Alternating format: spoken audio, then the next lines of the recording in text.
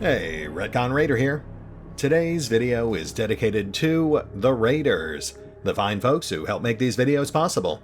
With special thanks to Revenant, Alois, Anerdinwarpaint, Dragon Matrix 7, Exsellsior, Gottlieb, Kazorm, Lima, Nathan Welch Jr., Tomasz Piątkowski, Triphoppenskip, and Valinrook. Thanks for your support, guys. That said, let's get started.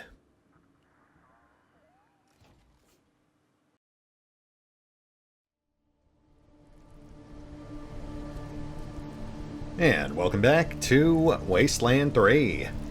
As we head into the mysterious loading bay in the Cheyenne Mountain Complex and face a veritable army of mutated beasties. So, just another Monday. Let's get this thing open and see what we're dealing with.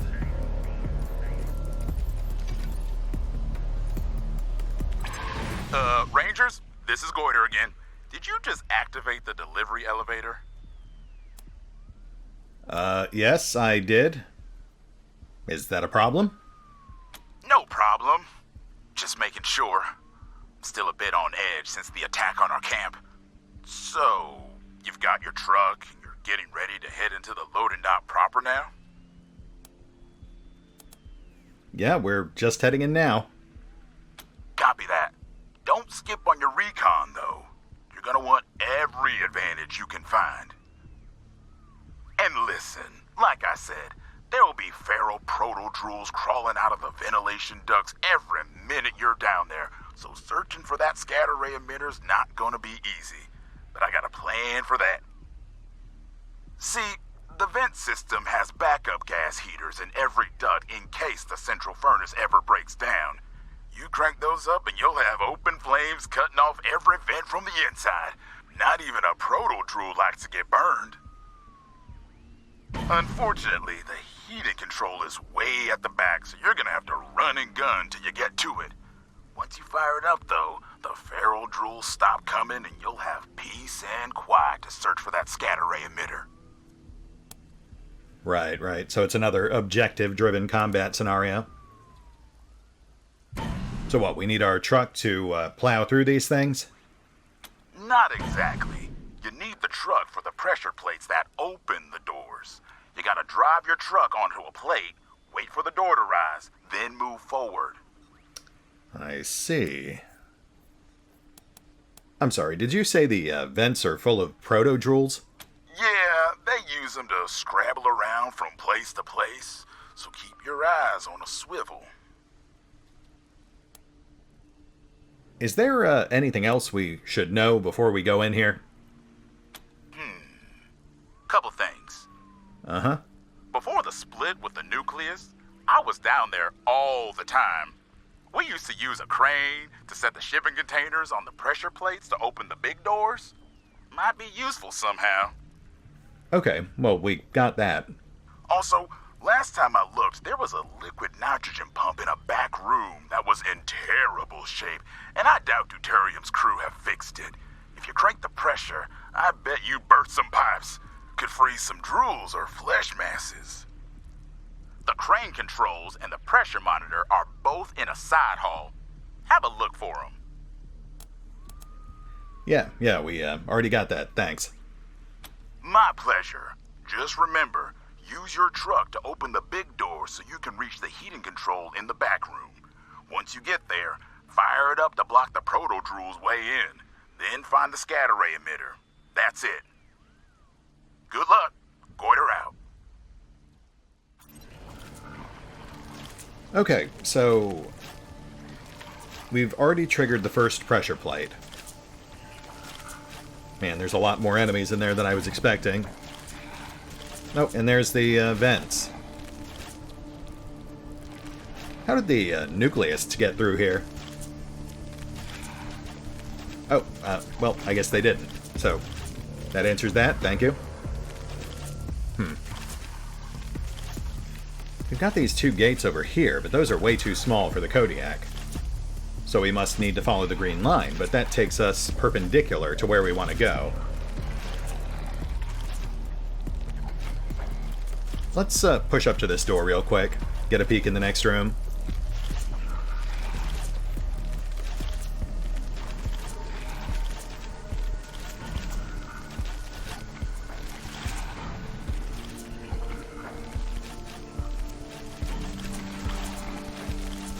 Oh, wow, look at that. That is not the room I thought it was. The one I was thinking of is the one after that. So we've got 4 rooms full of enemies we have to navigate through.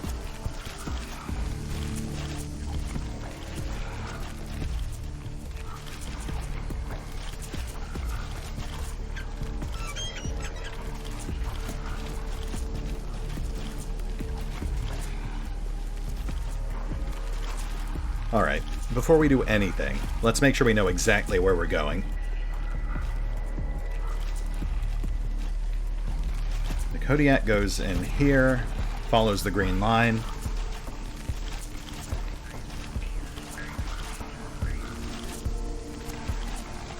But then we have these bollards, which require 2 smaller pressure plates, one elevated. And then after that, we have another full-sized vehicle pressure plate. That gets us into the room with the flesh mass, which we saw has an additional vehicle pressure plate, with that one being hooked to a computer console, which is the objective we need to secure. Okay. Let's move the bulk of our squad over here. We'll clear out those guys on the right first, and then provide cover fire and support as the Kodiak moves up. The Kodiak can knock out most of the guys in the first room just by driving through them. But we do have to keep in mind that the Kodiak takes damage every time we run someone over, so we don't want it to have to run through too many people.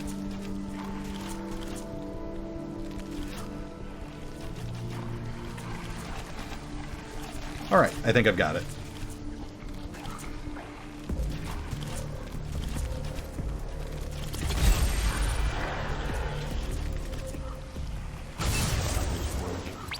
Shipping room bollards raised.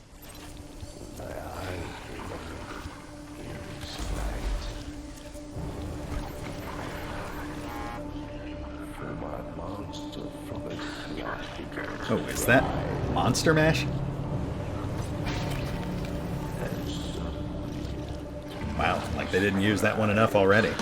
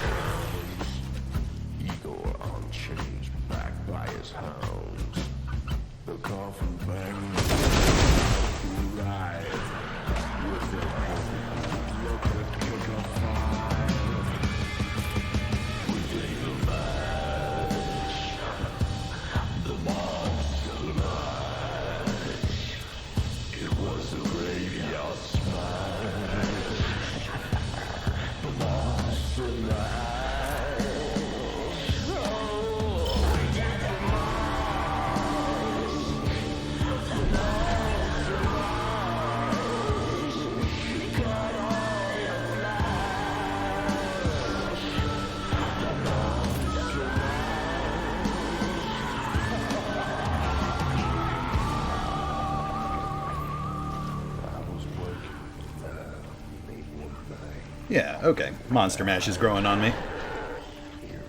I think it only bothered me at the bazaar because it played over Flab's dialogue. I just don't like people trying to talk over singing. It bothers me.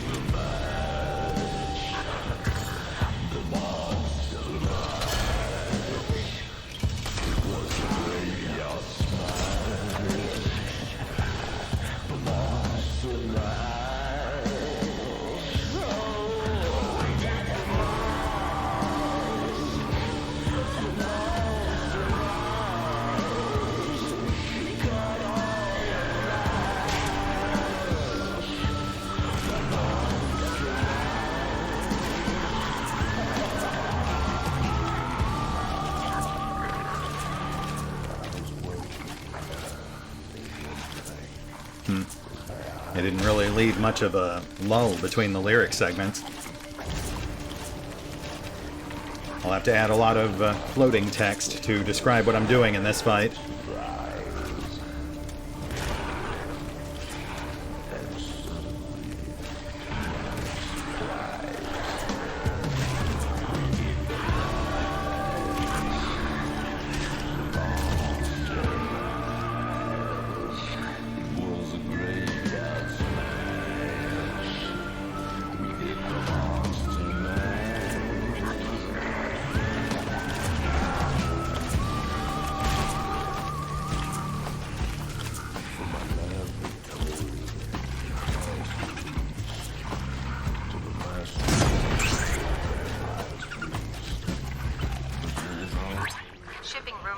Raised.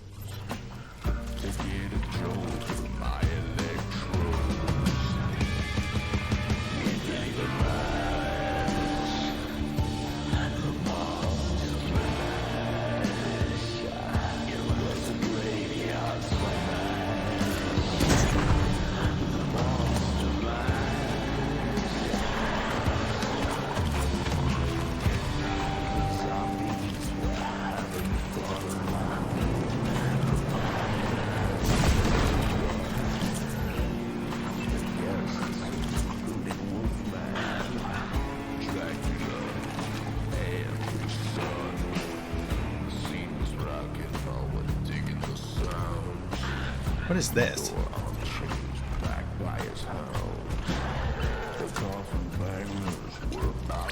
Igniting loading dock ventilation system backup heaters. Oh. Nice.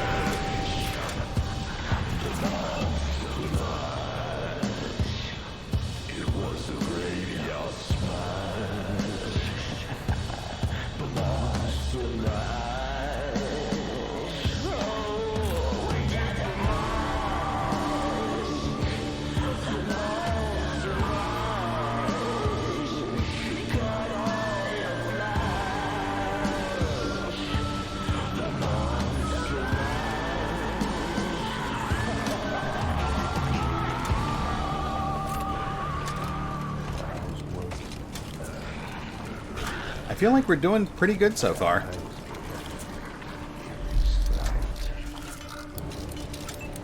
Those valves really helped. Turning off infinite reinforcements on round 2 definitely helped. Sorry I'm not talking much, it's the music, you know?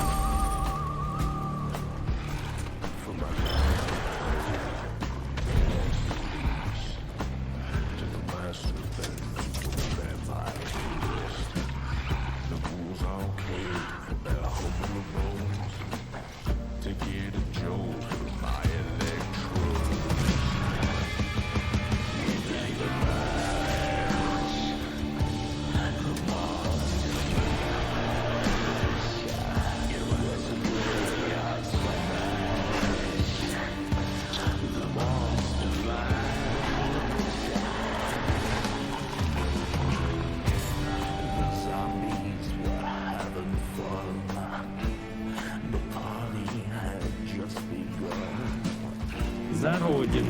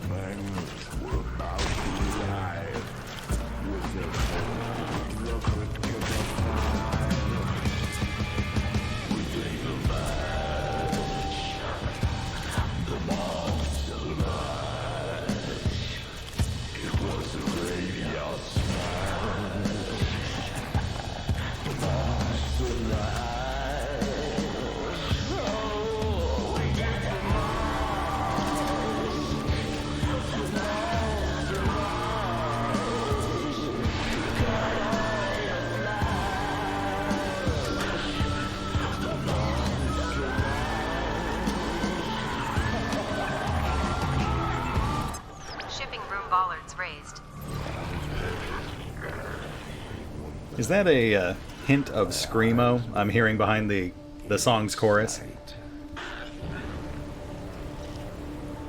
You know, normally I don't like Screamo, but I think it actually does kind of fit there.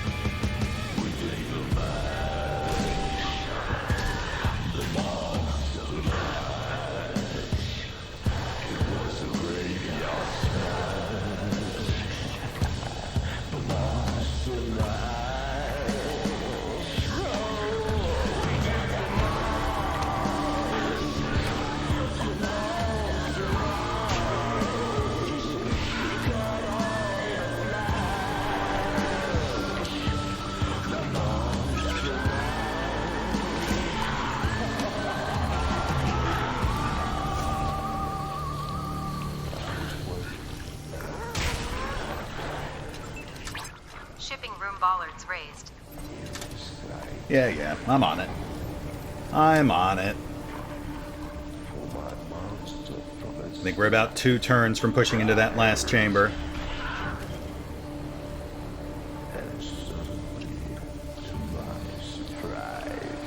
Gun bunny!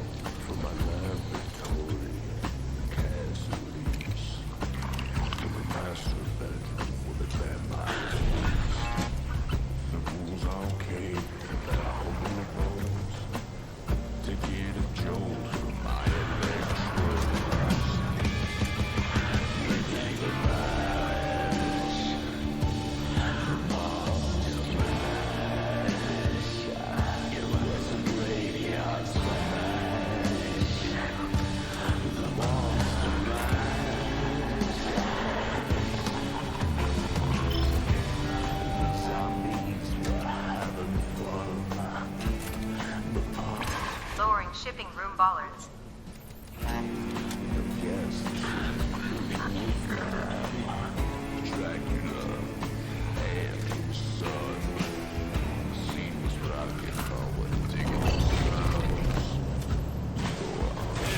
Opening operations room door. The coffin bangers were about to arrive with their full look at kick a fire.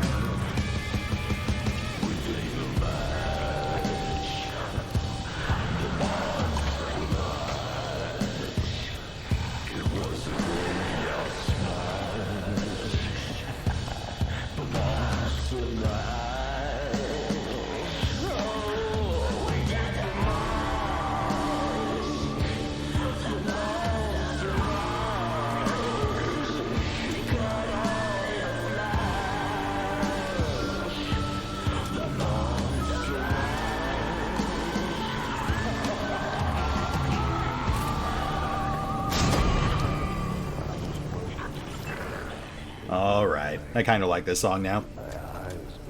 But I do look forward to not having to talk over it. So let's wrap this up.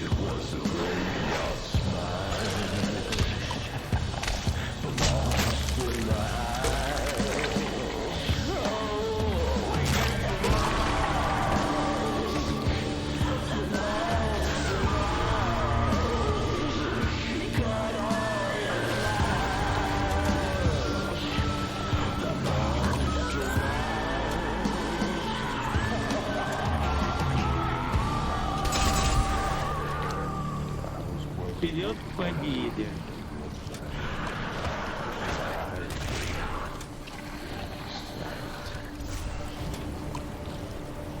Yeah, we've got this. The flesh mass is just a glorified enemy spawner. I'll just run it over next turn. To my surprise.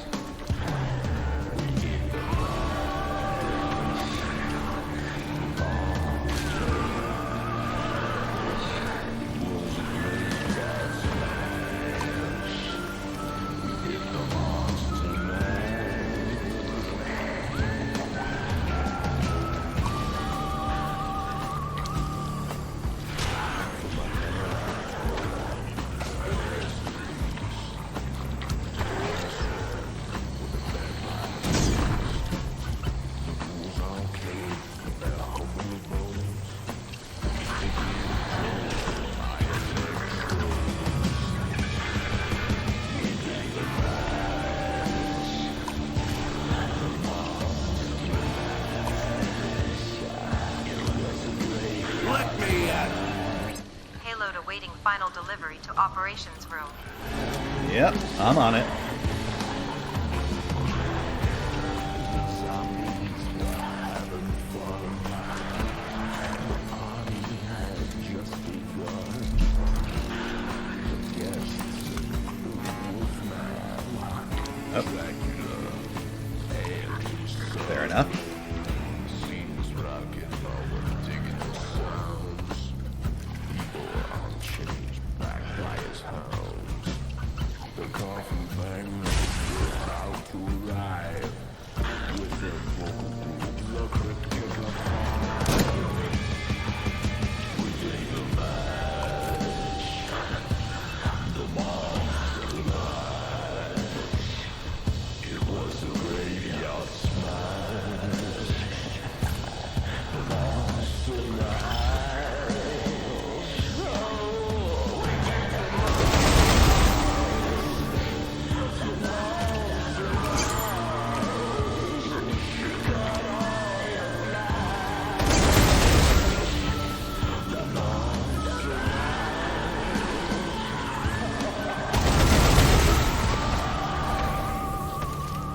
I was working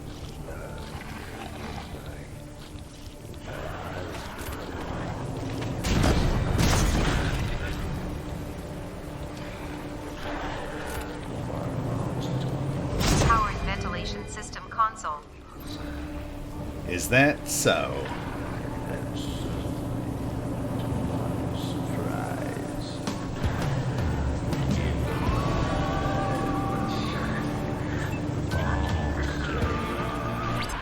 Igniting all ventilation system backup heaters.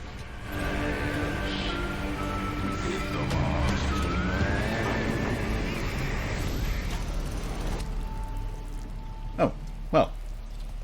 I thought we'd have to mop up the stragglers, but I guess this works too. That wasn't too bad. That was like 25 minutes? That's just half the episode. I was legitimately worried that this would end up being a full episode fight because of some of the warnings I received beforehand. I do have somewhat mixed thoughts on the objective-based fights.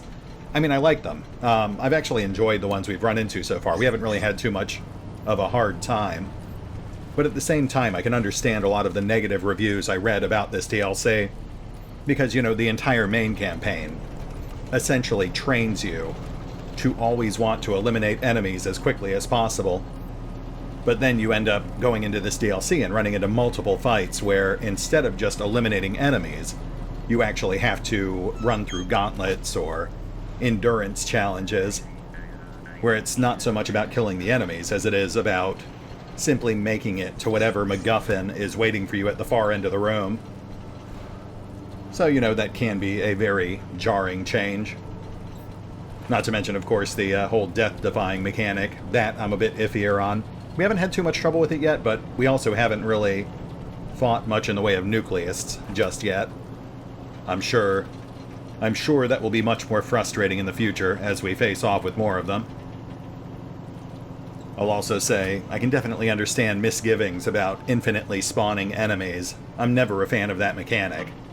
But at the same time, I can't really complain about it because between Steeltown and Cult of Holy Detonation, we've generally shut it down so quickly that it wasn't an issue at all. I think we had a couple of drools that popped up right at the end of this fight, but then the fight ended because we got to the console, so we didn't even have to kill them.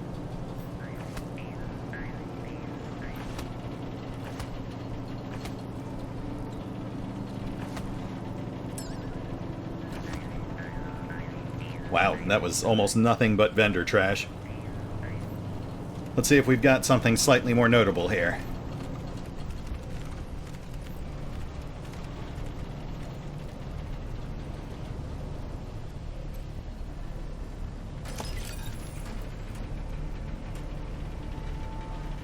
Well, that's interesting. That's a Payaso junk item.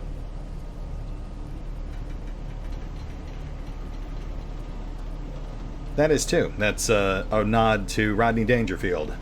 No respect, I tell ya. Why would these be here? We're still watching you, Rangers.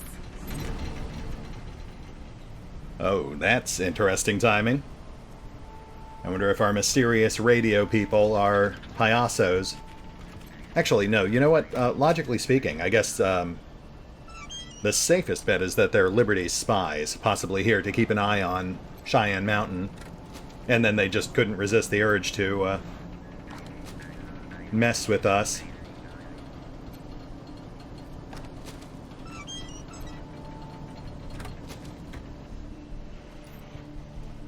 Are all these containers empty? Come on.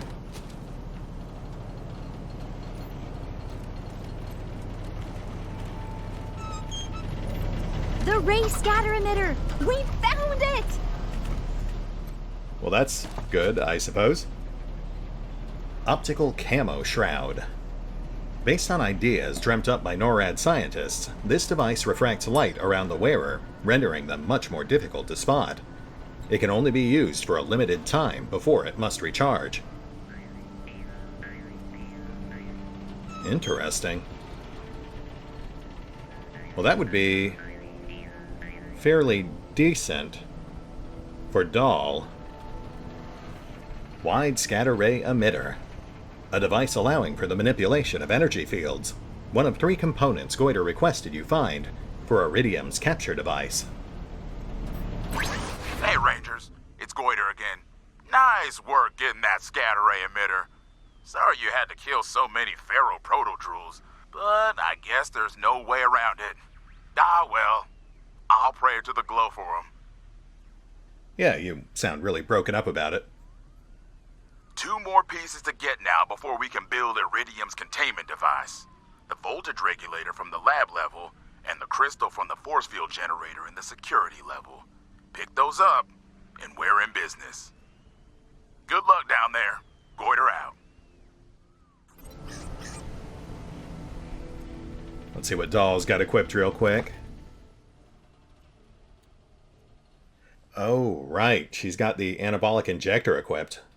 She needs that extra action point for the 2-shot opening rounds.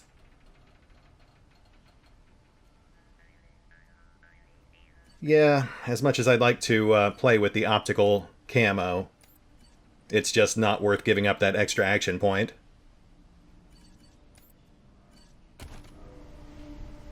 Oh well. Let's go check the rest of these containers. Bile Belcher. This horrifyingly mutated creature seems to exist solely to vomit forth a never-ending stream of toxic bile. Much like your ex. Really? I would say it's more like an internet commentator. An interesting find, but not something I think we'll get much use out of. I suppose we should check the rest of these empty crates.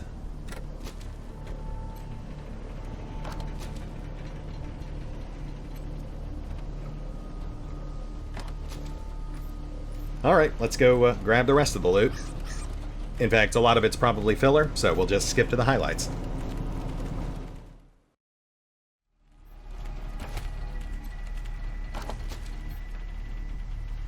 Blood-spattered cassette.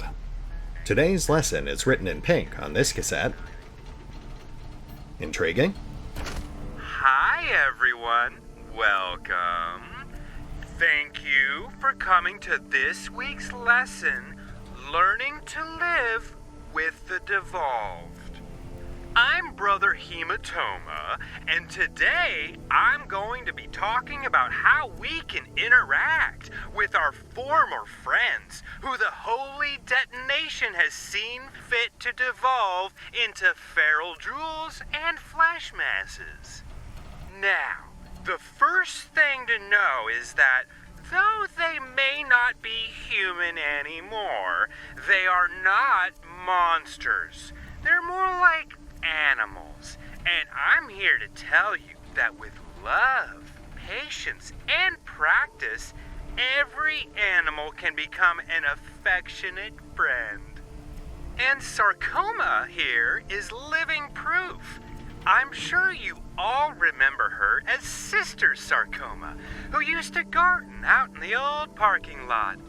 Well, now she's a feral drool, but that doesn't make her any less a part of this family, right? Right. Now, I've been working with Sarcoma to help her be more relaxed around humans, and we've made great progress. So let's see if we can get acquainted. Brother Ward, if you could extend your hand to Sarcoma, palm down, so she can get your scent. Are you sure? She looks pretty agitated. Oh no, she's just excited. It's been a long time since she's seen any of you. She'll be fine. If you say so. Hi, Sarcoma. Long time no... Ah! Oh God, my hand! She's got my... Help! Help me! Sarcoma, we talked about this. Sarcoma, are you listening to... Ah! No! Get away! Look around! Everybody run for your life! Yep, I think that went about as well as you could possibly expect it to. These cults, man. They just chew people up and spit them out.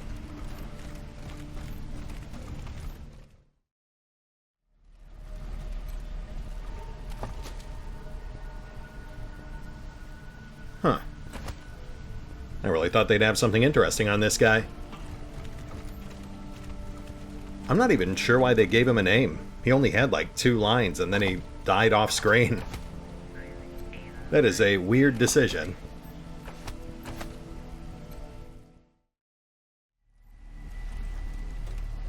Well, we got some ammo, some medical items, and a whole bunch of vendor trash. But not much else of note, aside from the optical camo and our quest item. Moving on.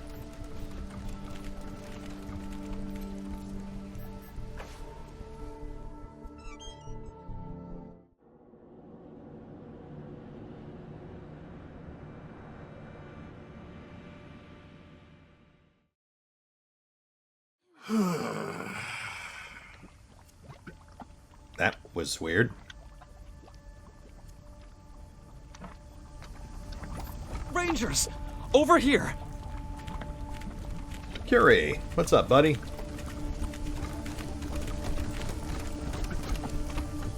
Hello, Rangers! Isn't this nice? The Primordialists have allowed me the use of this computer to investigate Cheyenne's systems and records. So you're not at all worried about the nuclear bomb hanging from the ceiling over there? Oh, I assumed it was only a model. But listen, digging into the old logs here has given me an idea of how we can better ingratiate ourselves with the Primordialists. You see, when we first met, Brother Carbuncle talked about how frustrating it was that no one could know how the Holy Detonation's radiation would transform them. That made me wonder if these old research logs could help me find a way to predict this, even influence it. They haven't revealed an answer yet, but there are some promising leads. And I may have something before long. Also, speaking of radiation, you seem to be a bit irradiated yourselves. I may be able to help you draw that radiation from your bodies. Oh, that does sound nice. I will admit, I was slightly concerned about dying horribly. Then you're in luck. You see, while you've been helping the Proteus, I've been tinkering. You know those glowing radiation detection rods the Primordialists wear as talismans? It seems, over time, they draw radiation from the body. Well, I found a way to speed up the absorption rate, and used some to construct radiation batteries. They're quite handy. Set one to charge, and it'll draw radiation from the nearest source, which would be, you. You'll feel immediate relief. Here, I've made 2 already, and you can make more yourselves. All you need are some rods and a few bits and pieces. Here's a list and a diagram. They should keep you safe while you're here. Now, how go things? Fantastic. So we finally have a way to treat holy radiation. Well, Curie, it turns out the Proteus is willing to share the glow, but, you know, the more I think about the phrasing here, the more I'm getting some serious how to serve mankind vibes. But, you know, maybe that's just me. Wonderful news! The idea that these people's primitive superstitions might have stood in the way of Colorado Springs security would have been hard to stomach. Yeah, speaking of hard to stomach, we've also been asked to rescue Father Bazor. Then I would do it. Gaining favor with these people will help our cause immeasurably. Plus, you know, we'd also prevent someone from being tortured to death, but I guess that's just an added bonus. So, now that you've actually spent some time here, what's your impression of these guys? Aside from their habit of drinking and bathing in irradiated water and worshipping a time-dilated nuclear explosion, they seem nice enough.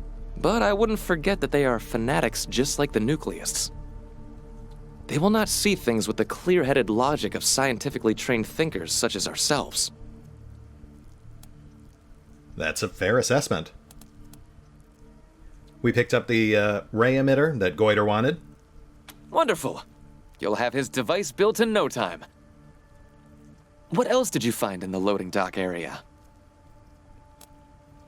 Oh, you know, we got hit with a surprise pop quiz about the Nucleist faith, as happens. Oh dear. That sounds like a life or death test. I hope you passed. No, sadly I died. But I lived. Yes, Curie, we passed the test. Well done. That can't have been easy. You should be proud. Did you find any other curiosities down there? Well, there were the 6th generation Russian spies hiding in the food vault. So that happened. 6th generation? And how did they... Never mind, I don't wish to know. The poor fools. As far as I know, there hasn't been a peep out of Russia since the deluge of fire. Did you find any other curiosities down there?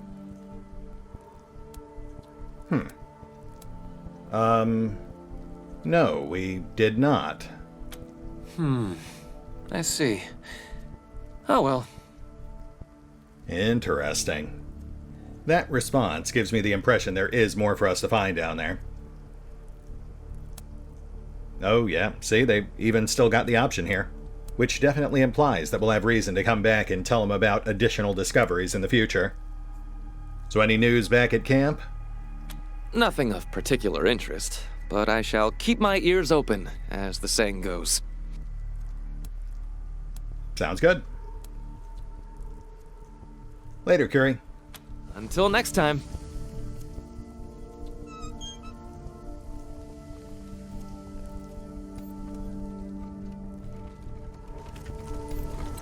Remember how the Rangers dealt with that poor guy, Cordite? Oh yeah, that was a clusterfuck right there. Broke into the Patriarch's secret prison to rescue the guy, and then just murdered him? I mean, what the fuck? Yeah, what was the point? If they didn't want to pass could have just left him there. Maybe they just like bunkers. I mean, that was kind of a spur-of-the-moment decision. After he mentioned what a bloodthirsty slaver warlord he was. Yeah, these have to be like Liberty's spies or something, because how else would they be so well-informed? Alright, let's go have a quick chat with Mitosis, and then I think we're done. Oh. Hello again. I'm sorry, sister. Your friend Pitchblend didn't make it. Oh no. Oh, not Pitchblend. Oh, he was such a sweet and gentle soul. I told him the nucleus were filling his head with lies, but he wouldn't listen. Oh, now we'll never be together again.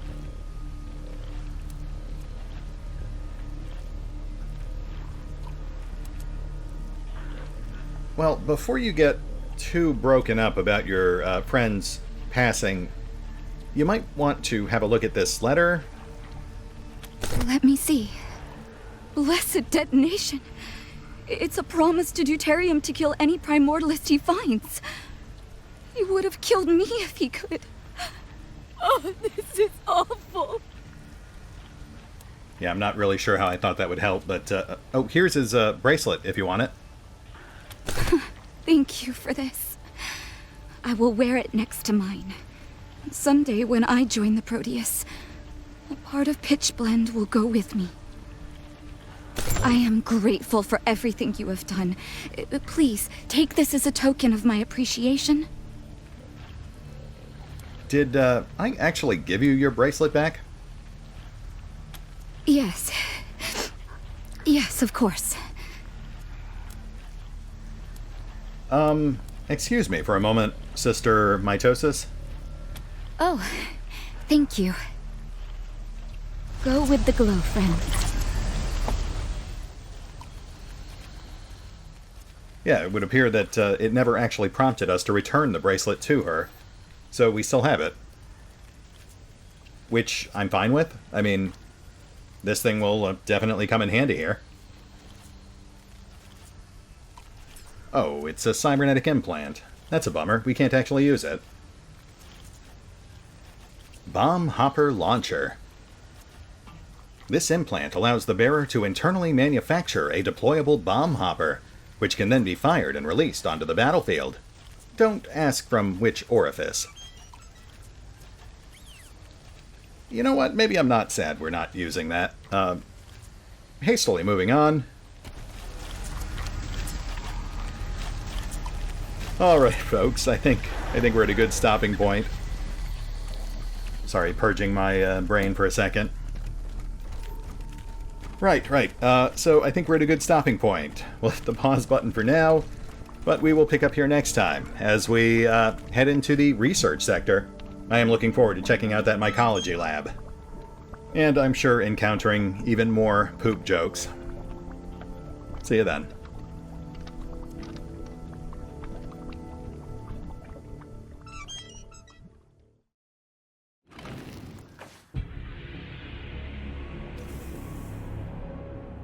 Oh, and remember, although I do love playing Wasteland 3, The Cult of Holy Detonation, you can find out more about the game by visiting the official website, the official social media feeds, or the official store pages. And if you'd like to help support the channel, then feel free to push the buttons that do the things, or maybe even check out the Patreon. Links are in the description. We're still watching you, Rangers.